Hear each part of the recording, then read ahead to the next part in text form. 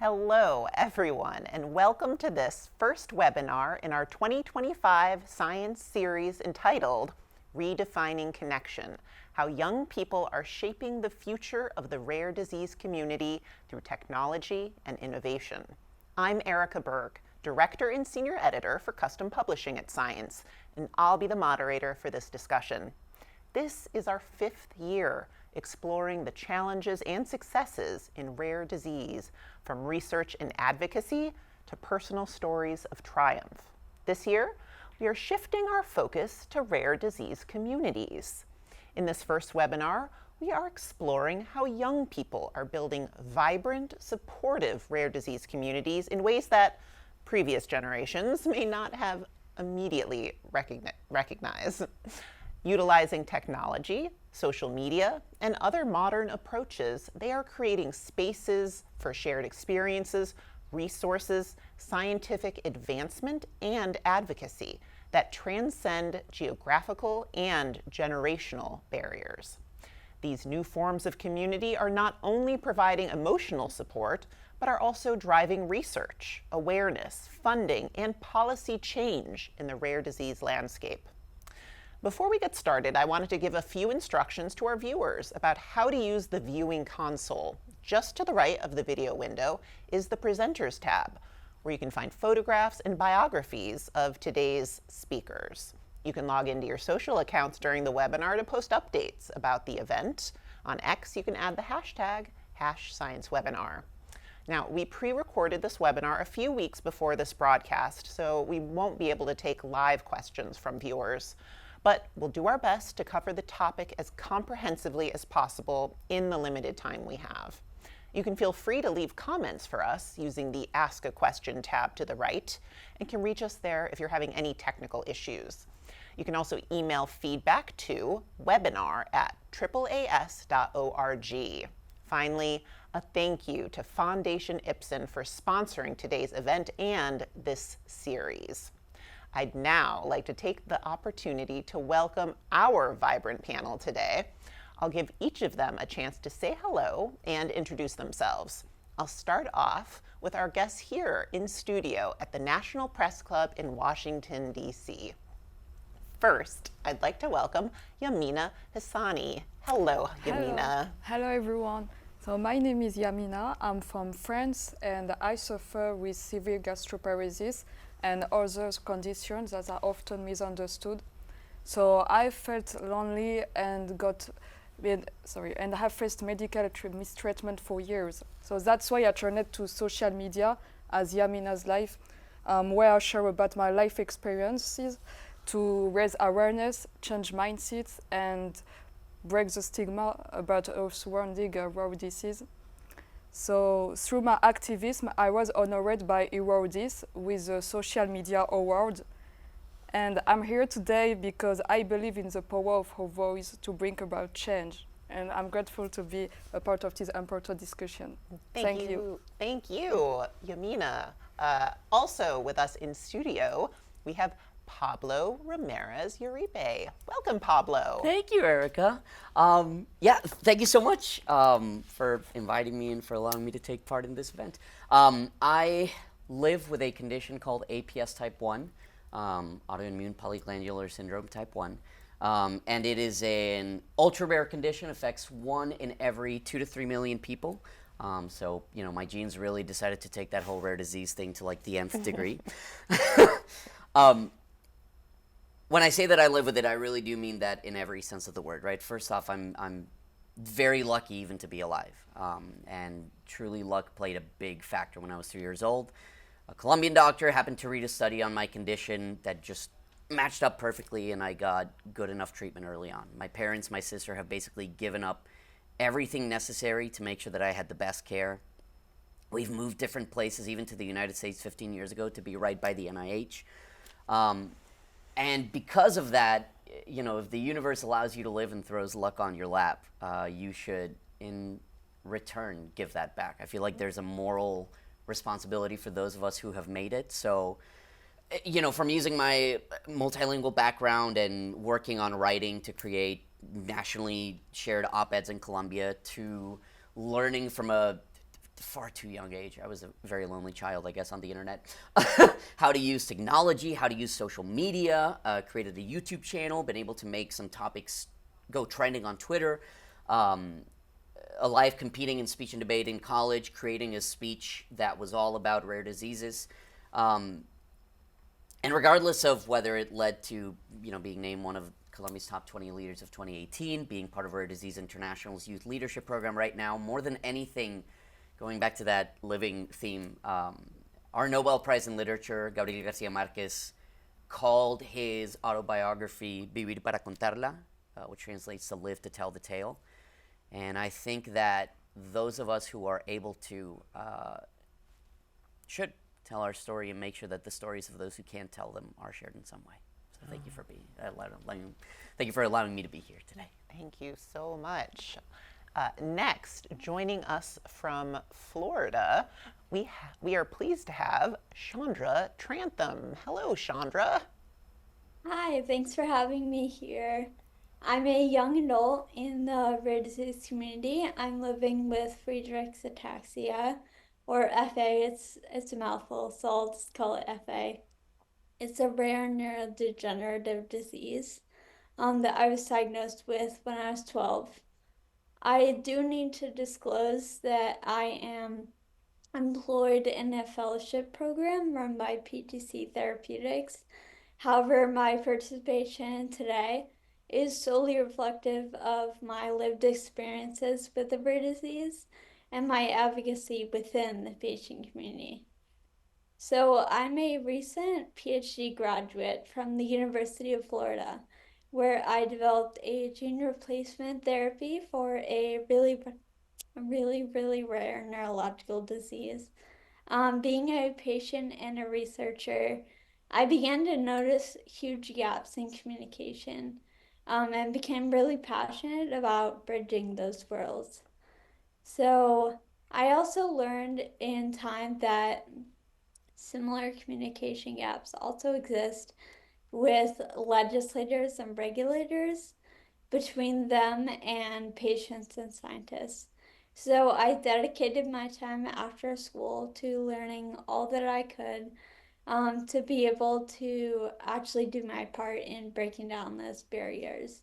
So I'm a proud ambassador of the Friedreich's Ataxia Research Alliance, and I'm also a member of a young adult only rare disease advocacy group called YAR. So yeah, I'm excited to talk to you today. Thank you so much, Shandra. And finally, a warm welcome to Richard Horgan, joining us from Connecticut. Many thanks for being here, Richard. Yeah, thank you very much for having me. It's a pleasure to join today's discussion and looking forward to talk more. As far as brief backgrounds and intros go, I'm the founder and CEO of a nonprofit biotech organization called Cure Rare Disease. We're advancing novel modalities to treat diseases of the muscle and brain. And we're targeting diseases that traditionally bigger pharma groups have left behind due to lack of prevalence, so the ultra rare diseases, and figuring out a model by which the development of these therapeutics can one day become sustainable. So super excited to be here and to be part of the conversation. Thank you so much, Richard. And now let's get into it and hear a little more about the work you're doing. So I'm going to put my first question to Shandra. So Shandra, your work spans both scientific research, congratulations on your PhD, and advocacy. So those two worlds don't always or even often intersect. So how do you see young scientists like yourself using digital tools and social media to make science more accessible and connected to the patient communities that the science can hopefully someday benefit? Yeah, it's a great question. So, I mean, as a patient myself, I think it's really important to emphasize that it's super critical that we make scientific information accessible to everyone. I remember being 13 and trying to read about what was happening to my body in medical journals. And obviously I was 13, so I had to look up like every other word. It was really hard. And that's why, like, as time has gone by and I've gotten older and learned science, that I've used that to actually go back and help my patient community with understanding the latest news and research and things like that. So, I mean, rare disease or not, we all want to understand what's happening to us. And it's important as scientists that we make every effort to share data and knowledge in layman's terms. I actually think that if you can't explain something simply, then you probably don't fully understand it. It takes full understanding to actually be able to then put it into easier terms. So that's my biggest thing. And as a scientist, I've been in plenty of spaces where others in the room had never met a patient with the disease that they were researching. It's kind of crazy. Like when I was in the lab, some of the people there were working on my disease. They had never met a patient before me. And I've seen similar things happen with legislators. They have the power to make decisions that they don't personally know the implications of. So I've really come to realize how important it is for us as patients to share stories with these people to actually affect change. And as scientists, we should really not be afraid to actually go into patient spaces, patient events, things like that. Meet the people that we are trying to help and listen to their stories.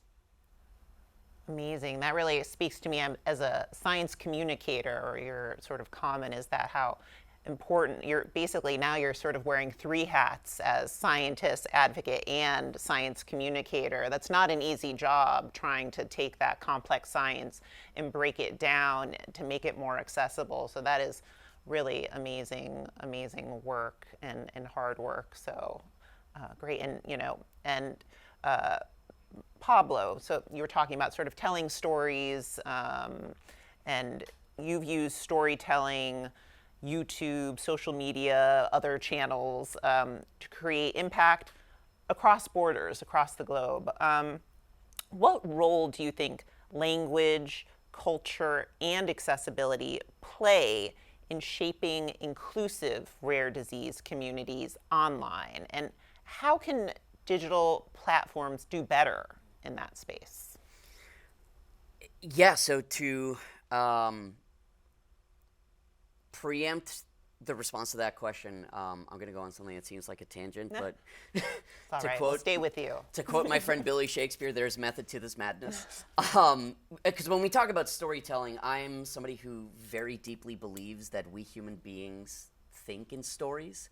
It's almost like a common language that we all understand instinctively, right? You hit us with a beginning, middle, and end. Boom, we follow you. You tell us what somebody wants and the obstacles that they're going to face. You got yourself a plot that's going forward. And stories, honestly, can be everything, right? Like, because of the setting we're in, Richard Feynman, one of my absolute heroes, the interview in which he talks about the process that makes fire, not only does he frame it as this story, but he even gives carbon and oxygen desires that if they are able to hit them, boom, suddenly you get... And I love that, right? So it's the kind of thing where I think all of us here are storytellers in that way, whether researchers, scientists, advocates. So because of that, there are storytelling contours that all of us in the rare disease world can immediately relate to. Rare disease patient tells you about what doctor did not believe them or how they were not accommodated at work or at school. Boom, we know that. Somebody tells you about the diagnostic odyssey. Somebody tells you about how they feel like they have to live their life as a rare disease patient or a caregiver or advocate to ensure that somebody with the condition that they're related to doesn't have to deal with so much later on down the line. All these things are like a common grammar that if we hear them, we relate to them in the rare disease world. So when it comes to writing in different languages, it's not as hard in that sense. So for example, Yamina's videos, she's able to put the subtitles in French and in English. And along with the videos, you instantly realize the visceral reality of what she's talking about, which I think you get in a lot of other examples. In terms of culture and accessibility, the fact that we live in a time in which so much is available to us online, but not just in the sense of researching. In 2017, when I did that speech about rare diseases, I started it by talking about Giulia Vittorello, the mother of this beautiful 6-year-old at the time called Mila, who had a condition called Batten's disease. Come to find out a few days ago that Richard has been working with the scientists who helped Giulia develop the condition for her daughter. I think it's called Millicent, and even though her daughter passed away, she was able to do this thing right here. So you go from researching a story in, I think, the Denver Post in 2017, and then being at this event and a few days ago finding out that there's another connection to it, to not just the story, but the person who played an integral role in the story, who's now related to Rich's cause as well. I love what Shandra said, right, about making information accessible to everyone. I think that's the great thing about the tools that we have now. And how do we go from that, though, like you said? I think because we can rely on this common storytelling language and grammar, we can fit our stories within it. We can use the tools that we have around us. Visual tools, YouTube, image-based ones, Instagram, you got Twitter, Threads, Blue Sky to write small posts, Medium and whatnot to write longer ones. So the big things, I think, on my end, is finding the ways to facilitate the people in the rare disease community who've never been able to speak, that with technology we have nowadays are able to do that. How do we show them how to maximize the use of each platform, right? How do we show them what YouTube can do versus TikTok, even though they're both videos? How can we show them the fact that, as I've learned, Twitter is still used overwhelmingly in Colombia, so I use that one in Spanish a lot, use other ones like Blue Sky and Threads in English instead. How do we allow rare disease patients and others around them to realize that we have tools that can help them translate text into other languages, and with nuance? It's not just a random translation. How can we let them know that they can look up videos, interviews, articles, books, and that because of the multicultural world we live in, it's going to be a lot easier to feel like we relate to those people regardless of where they are culture-wise. I think that if we can hit that in that way, in that area, I think all the things that we have right now that are helping us create all these new senses of connection and community, by virtue of having this same resource, stories that we can tell, gives people who we've never heard their voice before a chance to amplify it. And I think that's where we can come in and say, all right, and how do we give them the tools? Or how do we show them what tools are available and how to use them the most?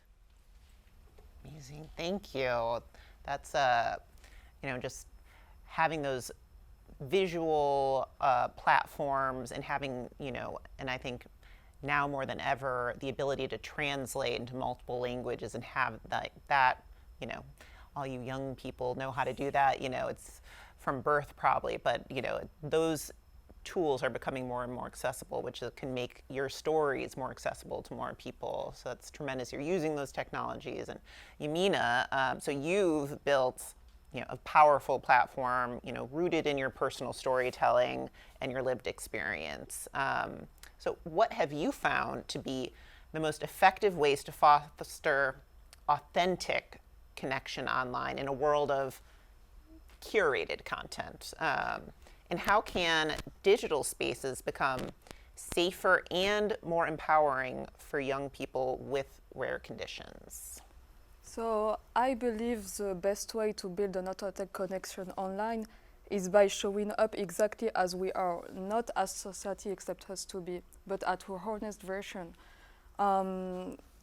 For example, I share my daily life on social media, um, including my pain, vulnerable moments, but also my victories and my achievements despite living with chronic illnesses. By opening up about my journey, people often tell me they can really relate to me. And speaking truthfully and sharing the challenges that I face helps create and maintain an authentic community. So because people connect with what they can feel, with real stories. And I think we can make digital spaces safer for young people by creating truly inclusive content. For example, we should focus on normalizing living with rare conditions and helping others understand what it's like to live with it.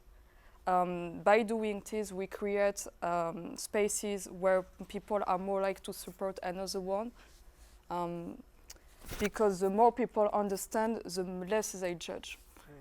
And step by step, we create an environment where young people feel safe and can show up without fear. I love that. The more we understand, the less we judge. Stealing that. It's going to be mine. Thank you so much.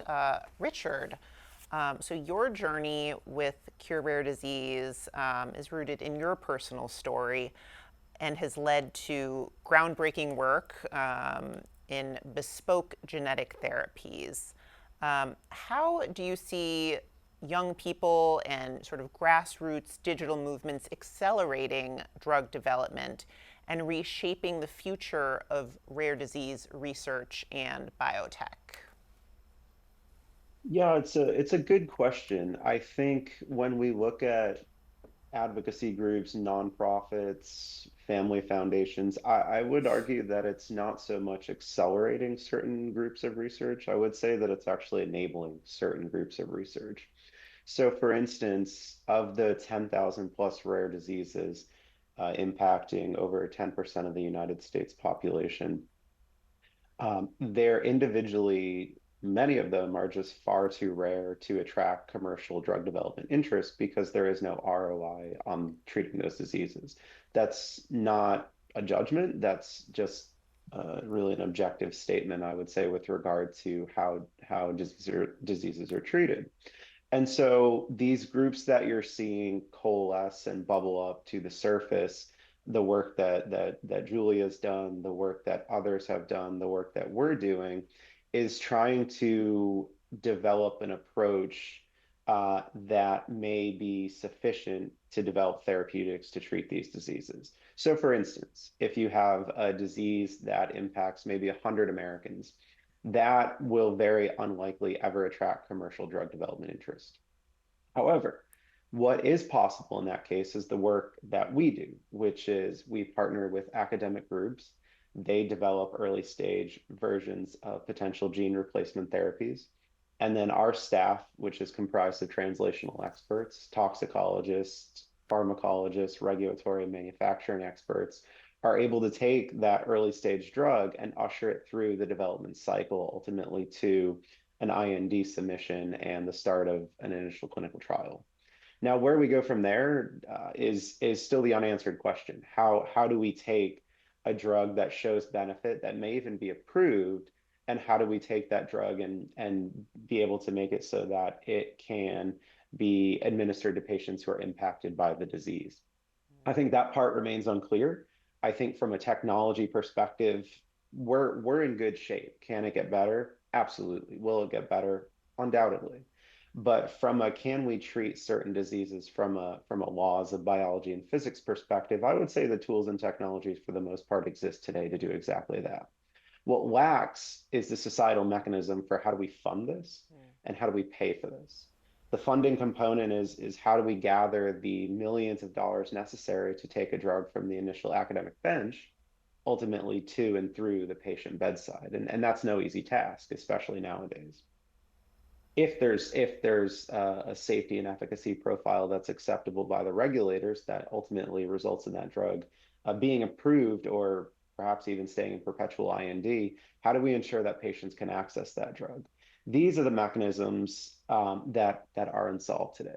But the way I like to think about it, at least we're not trying to change laws of physics and biology. We're trying to modify the social fabric, and I'd like to think that may be a little bit easier. The jury's still out, we'll see, but that's sort of where we are today. Wow. Yes, let's hope it's easier than changing gravity or something. Actually, I did want to follow up on something, and just so I'm clear on this. So, Cure Rare Disease, you said it's a nonprofit. Is that unusual in that space? Usually, when you think about sort of the biopharma, nonprofit is not the idea that necessarily comes to Mhm. mind. Could you just expand on that a little bit about how you guys function and what that means to be a nonprofit in this space? Yeah, absolutely. So if you looked maybe 5, 10, even years ago, the number of nonprofits driving drug development activities was effectively zero. Historically, nonprofits took the position of raising early dollars to then give to academia or perhaps a small biotech that would then be put to the use of developing a drug. Very well, until recently, nonprofits have not historically been responsible for spearheading, acting as the sponsor. So, acting as a Merck, acting as a Biogen, just picking on some names of developing drugs. Now, flash forward to 2017, 2018, with the advancement of efforts like Dr. Yu's work at Boston Children's Hospital, like Neil Schneider's work, Dr. Neil Schneider's work at Columbia, with some work with rare forms of ALS, and our work with the advancement of a single person genome editor. I think what that has done over the last 5 years is, as these cases, albeit early stage, have come to the public's attention and have been published and discussed, it's opened up an opportunity for other groups that have historically not spearheaded drug development efforts to say, wait, actually, we think we can do this. And so for us as a nonprofit, there are very limited to no investor dollars that would be interested in funding the diseases that we work on. And that's okay. And so how a lot of nonprofits are functioning nowadays is through grassroots donations, NIH grants, state grants, major philanthropic gifts. These I would say are unproven so far. They are not sustainable. What becomes sustainable is how we can get drugs approved, reimbursed, and then reinvest those capital dollars back into new programs. So it's a little bit of a long-winded answer to your question, but this generation of decentralized drug development is something that I believe will especially benefit ultra rare diseases that have historically been neglected and forgotten.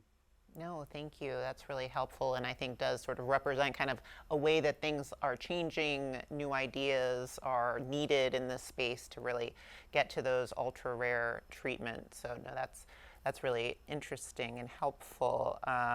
Chandra, I wanted to go back to you. You were discussing earlier, how you communicate research with, the rare disease community, and I wanted to dig in, like, how does your lived experience sort of impact that communication? Is it able to, you know, a scientist working in that area who did not have a lived experience, and you may have very different ways of communicating that science. So I was wondering if you could talk a little bit about that, and sort of what role technology or other types of platforms have played in that communication. Yeah, so I mean, even as a scientist now, I can still remember what it was like when I didn't understand everything. I was trying trying to understand, but it was like honestly like hearing a foreign language and you don't know enough to even ask questions about it. Um, and I think really that in order to effectively communicate, you have to put yourself in that position. And since I have been in that position in the past, I'm able to think about what the news is and what I need to communicate and then how to frame it in a way that younger me would have understood. And people in my community want to know, but don't know how to ask. And so I think about all of those things when I'm trying to get information across. And it's not just like speaking about information or writing about it, but you can also do things like videos that help share the impact, tying whatever you're speaking about into your personal story so that people can understand better what it means that you're speaking about and like why it matters to pay attention.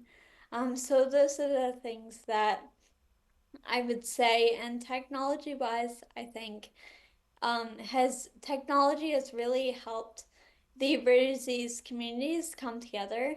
I mean, we are rare, but we're all around the world. There are so many of us. Um, and even though like we all may have a different disease, we all share the same like, commonality of having a rare disease.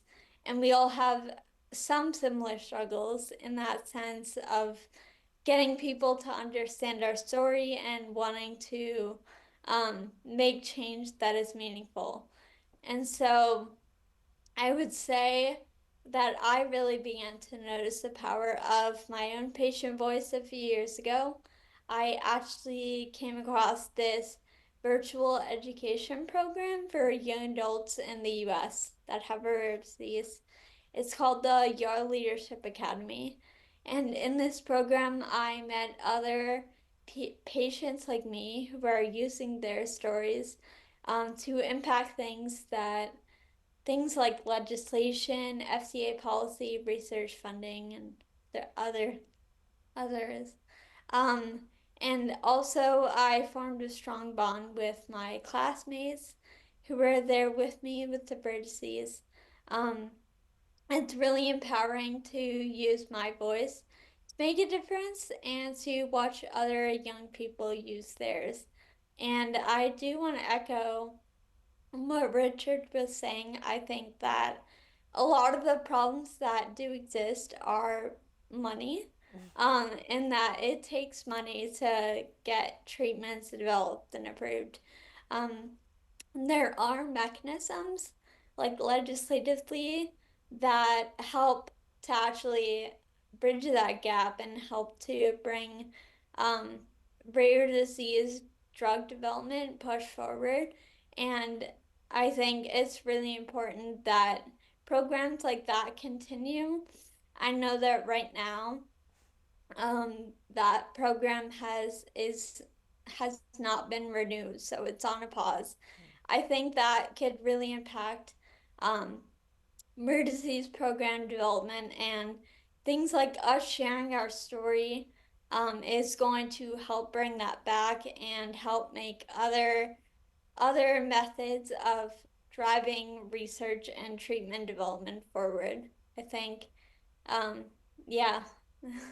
No, that's unfortunate, but hopefully that will come back. I was wondering if you could maybe even get a little granular. Were there, what did you learn about how to most effectively tell your story through those programs, right? To sort of get at a wider audience, to make, cases that, regulators or legislative bodies might listen to? Is there any, for the folks who are watching us who might want to learn about sort of the tools of the trade, what did you learn there that might be helpful? Yeah, so I would definitely say that the most important thing is tying your story to whatever you're saying so that people can really understand why it matters. The program that I was speaking on before, that is currently has not been renewed, is the Pediatric Rare Disease Priority Review Voucher. And this is a program that basically incentivizes rare disease drug development because when a pharma company develops a treatment for a rare disease and if it makes it to FDA approval, they're granted a voucher. This does not cost anyone, the government, any money, but the voucher is incredibly valuable because it actually allows for an accelerated review timeline for a drug if you turn in this voucher. And so companies will want to buy that for hundreds of millions of dollars. Um, and so an example of using my story is that I would just share. Like have met with legislators and I've shared a little bit about this program and how, for me, there were no treatments for my disease for a very long time, and the fact that it takes so long to get a drug developed and reviewed by the FDA obviously is important for safety, but as a patient, it's hard to sit there and wait for things to happen. And programs like this really incentivize companies to get involved in uh, developing drugs for rare diseases that they may not otherwise financially see a benefit to developing drugs for rare diseases with a limited audience.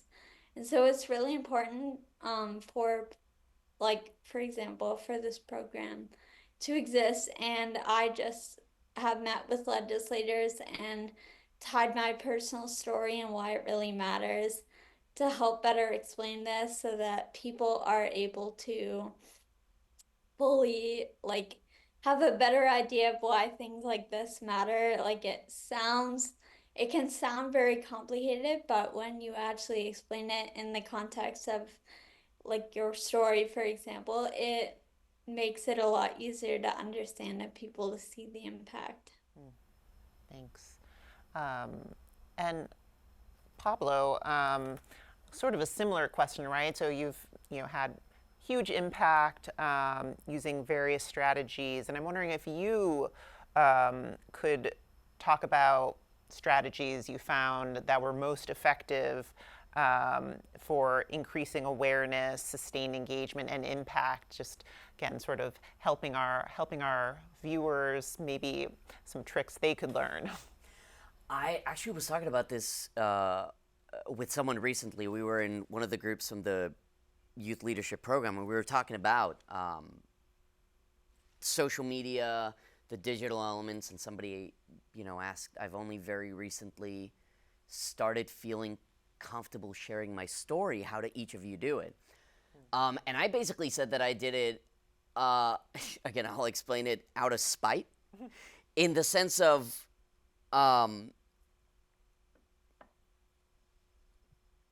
not my immediate family, like my parents and my sister, but other people in that orbit would sort of talk about the condition in whispers, as if it was some sort of just something to talk about, as if it was taboo, but also gossip over.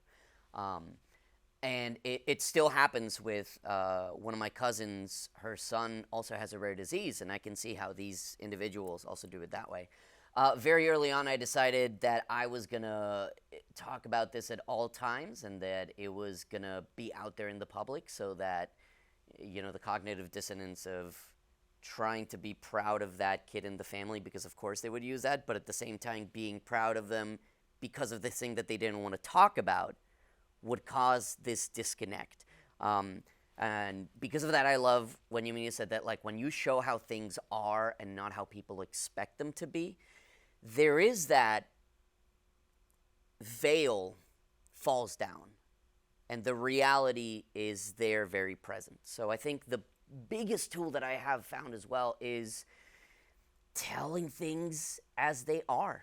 Obviously, within a level of, don't go to this dark place where you're just like destroying yourself to use your own personal story and not practicing self-care. But what are the things that, if you said to yourself, I need this to be out there so that people care? Something else that Rich mentioned, right? Like, when we're talking about different conditions, and you want to convince people to care about them, it's not an easy thing. For example, with a medication that's only for a few hundred people. But, as an English teacher, I would tell my students, when we write persuasive essays, you need to have a so what question. Tell me why the heck I should care about the topic you're writing about. Does it connect to me personally? Is it going to affect the economy in some way? Is it going to affect future generations, right? And when you find that little through line that'll get to a different audience member, boom, there it is. That's how you get them to be like, oh, okay, this actually does impact me. Let me hear a little bit more. Then getting a little bit more specific, it's just a trial run. I feel like I'm still sort of stumbling backwards into using social media and writing narratives. But there's always something new that you learn when testing things out. So I would even like suggest to the audience watching right now, just find a way to boil down one part of your story to the basic essential, right? Beginning, middle, and end, or like what is it that you need right now? What is blocking you? And choosing one avenue, one audience, whether you're, middle school, high school student, talking to them to celebrate Rare Disease Day, whether you're a researcher or some sort of an executive and you want to see if you can address your audience, find that why should they care about it? Because unfortunately, the simple reason of they should care because it's human to care doesn't always do it. So finding that so what, that's very specific to them, and then just testing out different methods, right? If nothing else, they're changing so fast that I think a lot of us might not even know in a few years from now what are the tools that work for some of these platforms. So if we at least start working now,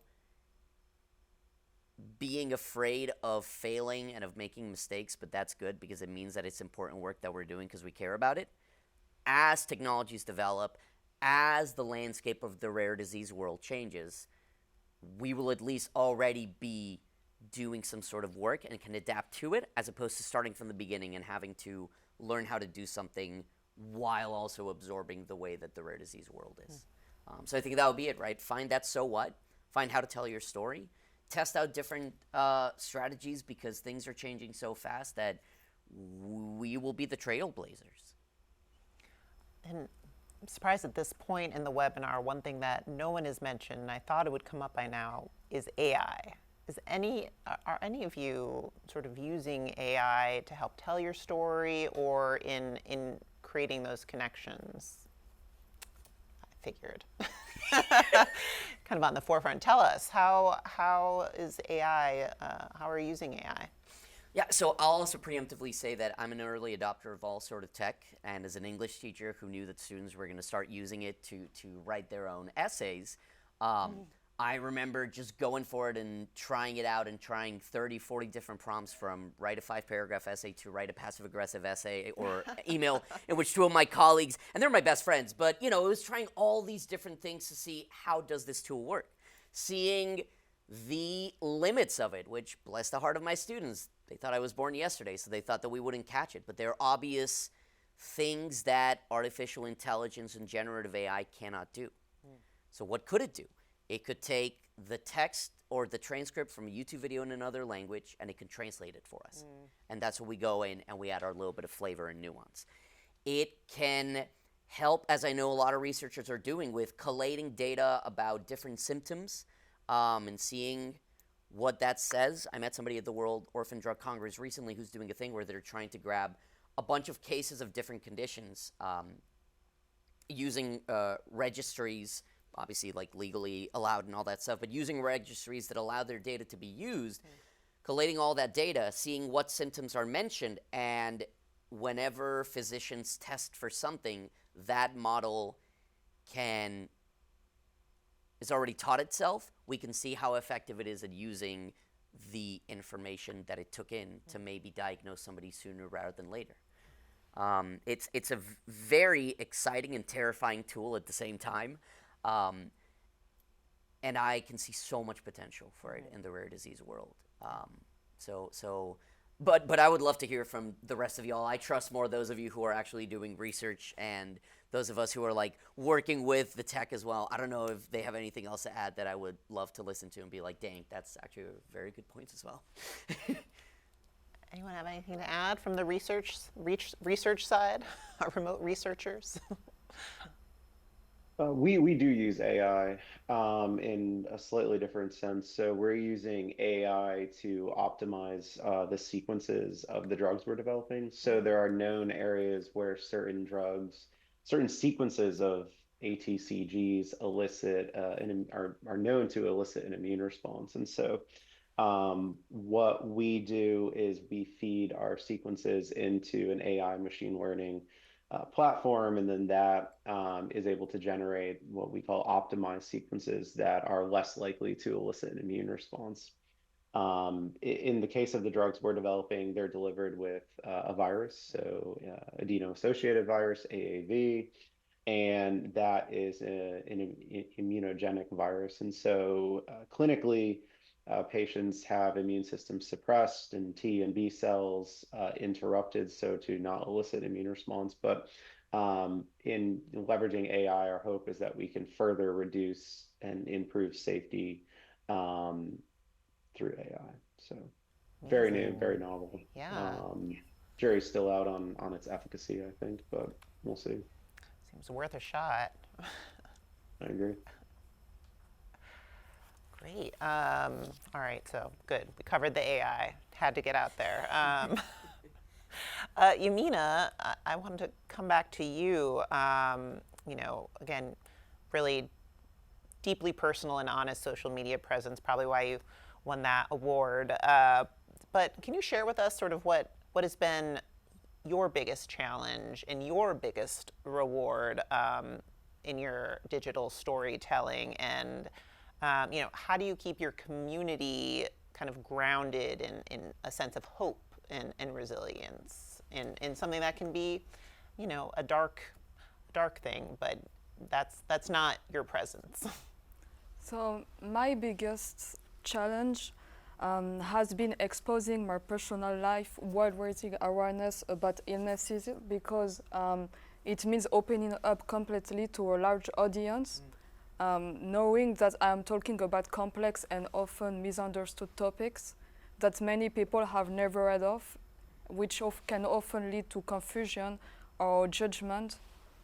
But even when there were negative people, it never stopped me from advocating, because it only reminded me how important is it to change the way people think. And my biggest reward is to change. And my biggest reward is the community I've built, the safe space I have created, and the way I've turned my pain into my strength. When all the medical injustice started in my life, I didn't know anyone going through something similar.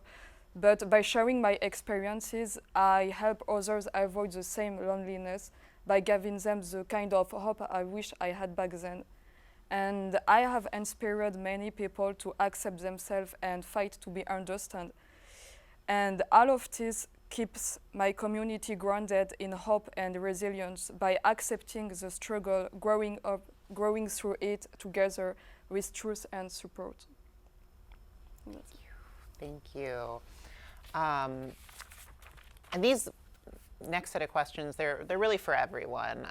But I'll start with you, Shandra, and this sort of plays off what Yamina was just mentioning. But so we often hear about the isolating nature of rare disease. How has technology helped you feel less alone? And can you talk about any meaningful connections you've built through digital spaces? Yeah, I can actually really speak to this one because I mentioned that I was diagnosed with FA when I was 12.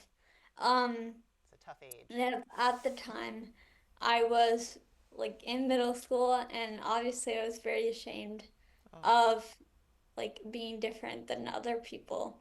And I really didn't actually even tell anyone about my diagnosis until I was in college. Oh, Um, the symptoms were obvious to other people, but I always just played it off as some other excuse, and I was like really afraid to tell people what was really going on. In college, I finally started to tell some people around me that I was really good friends with, and that helped their response and being okay with my big secret. Um, Made me feel better about reaching out to other people with FA. And so obviously being a rare disease, I did that online. Um, and that really has changed my life and like really the trajectory of everything that I'm doing. I joined something called the Patient Ambassador Program at the Friedreich's Ataxia Research Alliance. And in that program, we meet monthly. There's usually about like 50 people with FA on the call all throughout the country and the world, even. Um, we meet monthly and connect with each other, learn new things that are going on, and ways that we can help make a difference. But through connecting in the ambassador program, I've really met some of my best friends that I am very close with now. And I actually lived with another person with FA. He is my best friend, and we lived together for 2 years, and now we're neighbors. So, I mean, it's really made a difference, like being able to connect online with when you have a rare disease means that you're actually able to have a community that you may not have otherwise geographically. Amazing. You got a roommate out of it. That's so great. And a best friend. I love that. Anyone else have a? Yeah, Yamina. Personally, I was isolated at a time in my life when most of young people are building a social life. So technology, especially social media, became the only place where I could stay connected and finally feel less alone. Finding people who understand me. I just had to log in to share things I used to keep to myself, and suddenly I feel surrounded. The most meaningful connections I have built were the people who supported me like I was someone close. For example, when I couldn't afford treatment, they helped. When I shared my struggles, they offered solution, advice, and care. And for me, digital spaces become way more than a virtual place. It's where I found support, connection, and it literally saved my life by a way. Oh, gosh. Just feel better about humanity now, just generally. Thank you. Um, anyone else? Or we can move on to the next one. I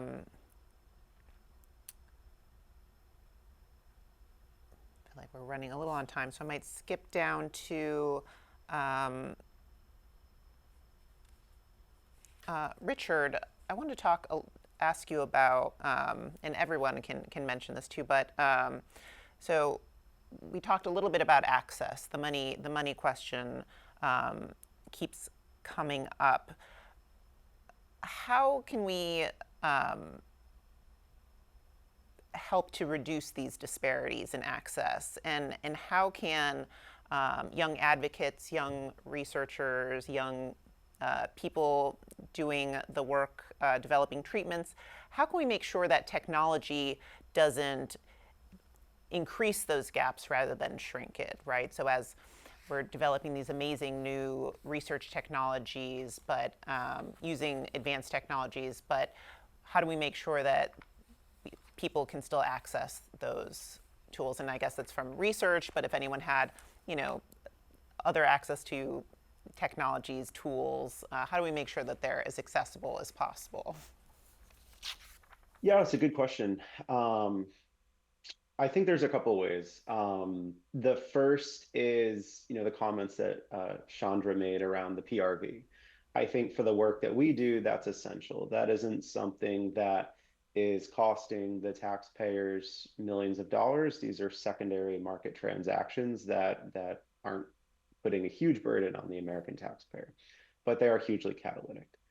I think that's one very good way. I think the second way also is with regard to improved flexibility within regulatory decision making and policy. So the way that health insurance works now, and we've talked to state plans, we've talked to federal plans, we've talked to CEOs of private plans to get a good understanding of how do you all think about paying for drugs. And the short answer is that drugs are paid for once they've achieved commercial approval. So this is a BLA, this is an NDA, and have gone through clinical trials. And so those two things are generally tied at the hip together. For ultra rare populations, we aren't ever going to be in a universe where we can have 100 or 200 patient powered study. That by nature of ultra rare disease won't happen. However, I believe strongly that with regard to increased flexibility within regulatory approvals, if we can show meaningful benefit against some sort of established baseline, whether the individual is their own control or there's somewhat of a natural history study published with regard to a disease, we could potentially see the commercial approval of a drug on the back of 2 or 3 or 4 clinical trial patients. Now, this may sound somewhat new, but when we're dealing with populations that are 30, 40, 50 patients, treating 10, 25% of the population is meaningful and should elucidate some sort of signal with regard as to whether the drug is working or not and whether it's safe or not. This has to be partnered with long-term follow-up. This isn't a 1-year period and then it's over. We need to have that post-surveillance market, that post-surveillance activity going on. And so I think with increased flexibility with regard to approving drugs, that then unlocks the ability for insurance to pay for those drugs to be able to improve accessibility. Around half of at least Duchenne muscular dystrophy patients do have Medicaid as well as private insurance in some cases. And so allowing for a simpler reimbursement process for these ultra rare diseases, which will have limited commercial, if any, opportunity, could improve accessibility greatly. Paired with the PRV offers us the incentive to get this work done on a smaller scale. I think the challenge with traditional drug investment from a venture perspective is that we're looking for, 1 to improving 100 times return on our investment. I would encourage venture groups to look at this in the sense that if this framework can work, where we can take a drug for 20 people, get a commercial approval on the back of a clinical trial of 2 or 3 or 4 patients, we can make smaller but a larger number of bets, which we can still achieve 100x returns. It's just spread over a bigger portfolio. So a lot more to say on that. Obviously, we're capped by time, but hopefully that sort of short answer is enough to go on. No, that's amazing. Now I have like hope that there are models that could work and where there's a will, there's a way. The will, there's a way. Anyone else had anything they wanted to add to that? Otherwise, I just want to have sort of one more question. I hope we can sort of go around. We're running low on time, but I did want to ask sort of, looking ahead, what do you think the rare disease community will look like 10 years from now? And what are you most excited about? And how do you hope that you could potentially contribute to that vision? Pablo, let's start with you. I was racking my brain trying to figure out what do I think it's going to look like. And while I can't answer that one, I think that we will have more people alive. I think we will have a lot more people connected. I think we will have a lot more family members that will see that person live and flourish, whether it's through researching treatments or the conditions themselves, whether it's, being able for us to share that message, to speak our truth to the world. And I think that's the most exciting part. Being in an event like this and hearing from everyone, I'm like, wow, I'm lucky. Like, you don't choose to be born in this world, but we're in a moment in which I say to myself, I'm very lucky to be able to share spaces like these. So all I know is I'm just excited because there's going to be a lot of work that needs to be done, but man, it's going to be fulfilling 10 years from now. Yamina. I think in 10 years, the rare disease community will be a space where young people with chronic and rare conditions feel included from the beginning, not after years of silence or medical injustice. And I hope to contribute to that future by continuing to raise awareness through storytelling and by creating new kind of spaces to share my experience and to... Richard. Yeah, look, I think the next decade of rare disease achievements looks something pragmatically like more safe and effective drugs on the market, an ability to pay for them. I think the few years of $3-4 million gene therapies, we'll see how that works. I anticipate seeing an increase in value-based reimbursement. We can't just dole out $4 million for a drug that may or may not work for every patient. But we'll see, right? I think it's up to conversations like these and groups broadly to keep pushing that edge forward into the great unknown. So hoping for the best, but we'll see. See, and Chandra. Yeah, I think the future is going to look like a lot more patients with rare diseases in these spaces that we previously weren't in. So, I mean, I'm now a scientist with a rare disease, and in my graduate program, there was another, is my best friend that I mentioned earlier, but he was also in my program. Um, so that's two of us in science at this one school that I know of that have a rare disease. And I've been hearing about like lots of other people that I've connected with online that are in science and have rare diseases. I think that's really great. And then I hope that we continue to occupy other spaces too, so not just science, but I'd love to see people with rare diseases working in the government, in the FDA, things like that. Just making our voices heard on a larger scale. Thank you. Thank you all for that hopeful vision of the future. Makes me excited myself about what's to come. Unfortunately, we'll have to stop there as we've run out of time. Many, many thanks to our panelists for being with us today. It's been a delight talking with you all. I learned so much. I did, and I hope our audience did as well. A reminder to our viewers that you can see a recording of this webinar as well as all of our previous events at in the series at science.org/webinars. And again, this webinar is the first in a series of 7 we're doing this year, so look out for more coming soon. If you'd like to send us your thoughts on this webinar, please email webinar@AAAS.org. Thank you once again to our panel and to Foundation Ipsen for enabling this conversation through their kind sponsorship. Goodbye, everyone.